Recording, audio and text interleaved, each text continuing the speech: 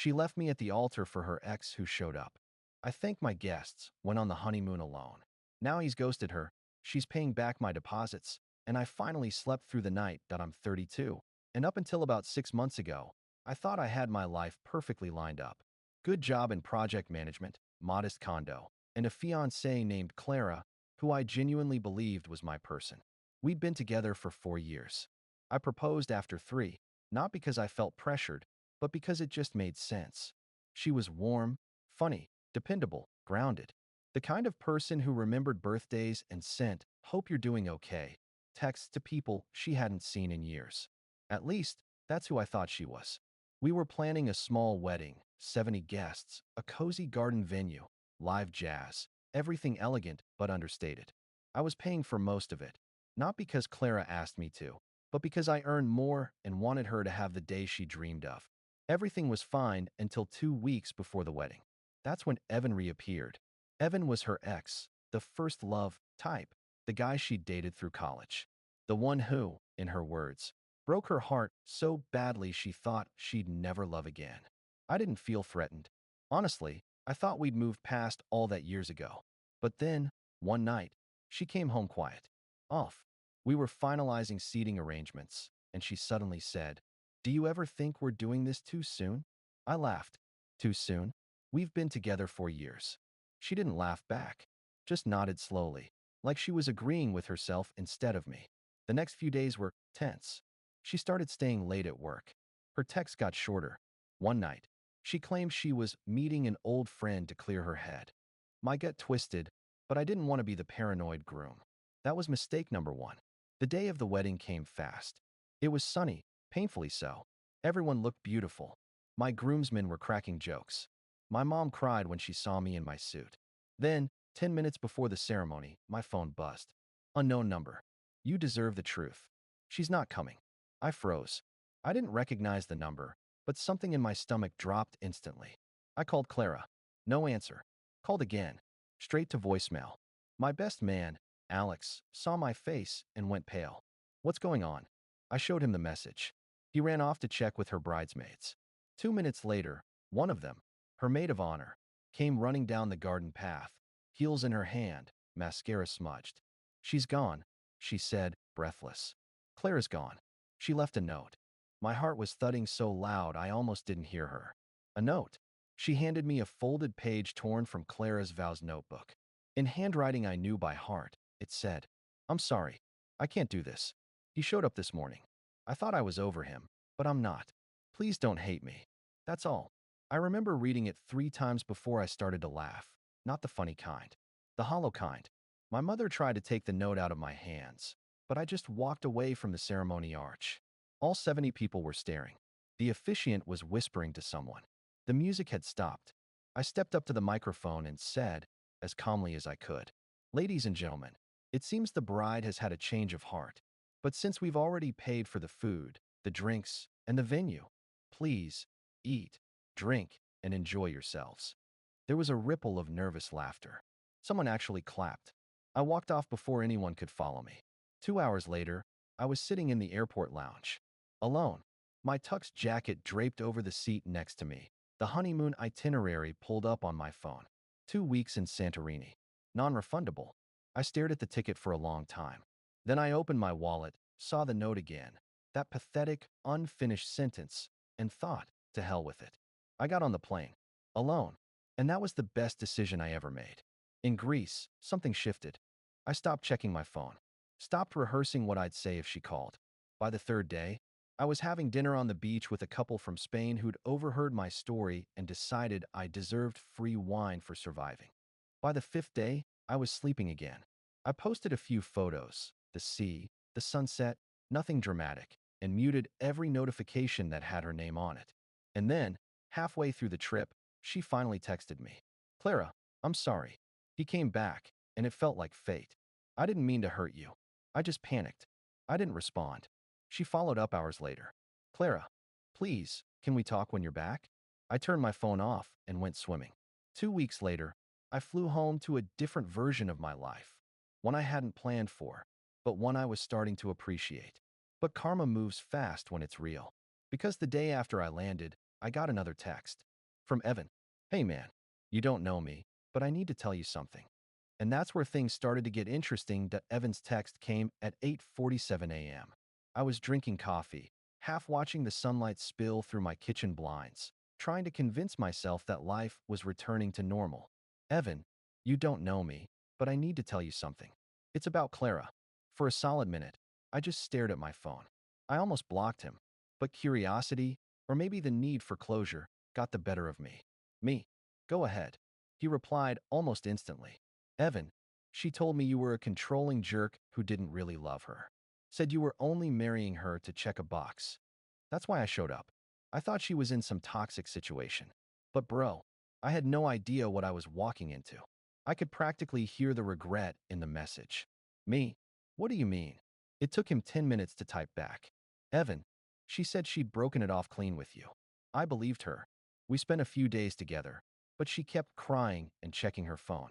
I found her going through your photos one night, the ones from your engagement trip. She said she missed you but couldn't go back because everyone would call her a liar. Evan, then she tried to get me to book a fancy trip on my credit card. Said you'd already paid for your honeymoon, so she deserved something nice too. Evan, that's when I realized I'd made the dumbest mistake of my life. I sat there, phone in hand, half disgusted, half amused. She'd traded a stable life for nostalgia, for a guy who clearly saw right through her after a week. Me? So what happened? Evan, I left, took my stuff, and blocked her number. That was 3 weeks ago, but now she's trying to contact me from new accounts, begging for help paying rent. Rent. I actually laughed. Loudly. Because Clara didn't rent, she leased my downtown condo, the one that was still under my name. And it hit me. She must have stayed there after I left for the honeymoon. So I called the property office. The receptionist hesitated before saying, "Oh, Mr. Collins, I was about to reach out to you. The woman staying in your unit. She's 2 weeks late on rent." Perfect, I said. Please send the notice to her directly. I'll be taking over the account personally. I didn't tell her Clara was my ex-fiancée. I didn't need to. By the end of that week, she'd received an official eviction warning. 3 days later, my phone buzzed again. This time it was her. Clara, did you do this? Why is there an eviction notice on my door? I sipped my coffee and typed back. Me. You don't live there anymore, Clara. You left me at the altar. That apartment is part of the life you walked out on. She sent a storm of messages, crying emojis, apologies, excuses. I was confused. You don't understand. He said he still loved me. I didn't mean to hurt you, please. I didn't respond. 2 hours later, she called from a blocked number. I answered this time, mostly out of morbid curiosity. Her voice was shaking. You're really going to let me be homeless? I let the silence stretch just long enough before saying, No, Clara, I'm not letting you be homeless. You're choosing to be. Same way you chose to run. Then I hung up. A week later, I was at a friend's birthday dinner when my buddy Alex, the best man who'd witnessed my public humiliation, showed me something on his phone. It was a post from Clara's private Instagram. She'd captioned a photo. Sometimes life teaches you who the real villains are. The picture? A close-up of her tear-streaked face, boxes behind her, pretending to be the victim. The comments were mostly from her friends. You deserve better. Stay strong, girl. Men are trash. I almost felt bad. Almost. Then I remembered standing under that wedding arch, hearing her bridesmaids say she's gone. Nope. Not sorry. A month later, I got my honeymoon deposit refunds from the travel agency. Almost 5 grand worth of credit. I used part of it to book another solo trip. This time, Bali. Before I left, I got one last message from Clara. Clara, I know you hate me, but please believe me when I say, I thought he was my second chance. He's ghosted me now. I lost everything. I'm sorry. I read it twice, then deleted it. Because she was right. She had lost everything. Not because I took revenge, but because she burned every bridge she'd ever built and expected someone else to carry her across the ashes. Update 1. It's been about 2 months since everything went down. I honestly thought the drama was over, that she'd fade into the rear view like an old nightmare you wake up from and try not to remember. Then I got a call from her mother. It was a Saturday morning, and I was getting ready to head to the gym when an unfamiliar number popped up. The voice on the other end was polite but tight, like someone trying hard not to sound angry. Hi, this is Mrs. Jacobs. I think you know my daughter, Clara. I said nothing for a second. Then, I remember her. Her mother sighed. Look, I just wanted to understand what happened. Clara told us you kicked her out and froze her accounts. She's been staying with friends, and she's not doing well. I closed my eyes. Of course she twisted it. With all due respect, ma'am, she left me at the altar. She drained my savings to fund her new life, and then when her ex bailed, she expected me to clean up the mess. Mrs. Jacobs went quiet. I could almost hear the realization sinking in. She didn't tell us that, she said softly. She said you cheated, that you embarrassed her. I actually laughed, the first real laugh I'd had in a while. I think you were the one who bought her the wedding dress. You saw me waiting there, didn't you? Silence. Then, quietly, we did. She told us you changed your mind last minute. I didn't even know how to respond. So I said, she's a good storyteller. Mrs. Jacobs whispered, I'm so sorry. Later that day, I got a message from Clara's old maid of honor, Lena. She and I hadn't spoken since the wedding fiasco, but she sent me a screenshot. It was a Facebook post from one of Clara's friends, a long rant about toxic men and false narratives. But buried in the comments, under a sea of emojis and hashtags, was something interesting. Funny how you say that. One person wrote, because wasn't she the one who ran off with her ex at the altar? Then another comment. Wait, SHE was the bride? That's the girl who scammed my cousin on Facebook Marketplace. And that's when I realized Clara wasn't just spiraling emotionally. She was burning through every social circle she had left. 2 weeks later, I got a letter in the mail, forwarded from my old address. It was from a collections agency. Apparently, Clara had taken out a short-term wedding loan in both our names without telling me. Luckily, I had already filed a police report for fraud back when I discovered a few suspicious charges on my account. So I called the agent, explained the situation, and sent them the case file. Within days, her name was blacklisted. Then came the kicker. She tried to apply for a car loan using my credit score. The bank flagged it instantly because my profile was still tied to the wedding documentation. I got the alert before she even finished the application. So, naturally, I called the number listed on the form. Hello, this is Mark Collins, I said. I just wanted to let you know the person using my details. She's my ex-fiancée, and she's under investigation for fraud. The man on the phone, a loan officer, paused for a long time before saying, well, that explains a lot. Later that week, I got one final text from her. No greetings, no fake apologies. Just, you've ruined my life. And for once, I didn't reply. Because she was right again. Her life was ruined. But not by me. By every lie she told, every person she stepped on, every bridge she torched and thought she'd never need again. I went back to my usual life. Work, gym, therapy, quiet evenings. For the first time in a long time, peace didn't feel like a punishment. Then one morning, my friend Alex sent me a link. It was to a local news article. Bride who fled wedding faces fraud charges after stealing thousands from fiancé. Her mugshot was attached. Final update that it's been almost a year now. If you told me a year ago that I'd be living in a different city, working a better job, and sleeping peacefully every night, I wouldn't have believed you. The wedding that never happened feels like a lifetime ago, like watching someone else's tragedy from a distance.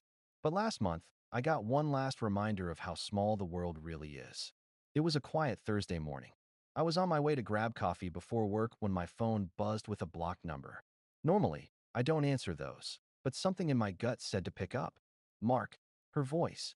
I hadn't heard it since that one-line text months ago. Before I could respond, she said, please don't hang up. I just need 2 minutes. I didn't say yes. I didn't say no. I just waited. She started crying.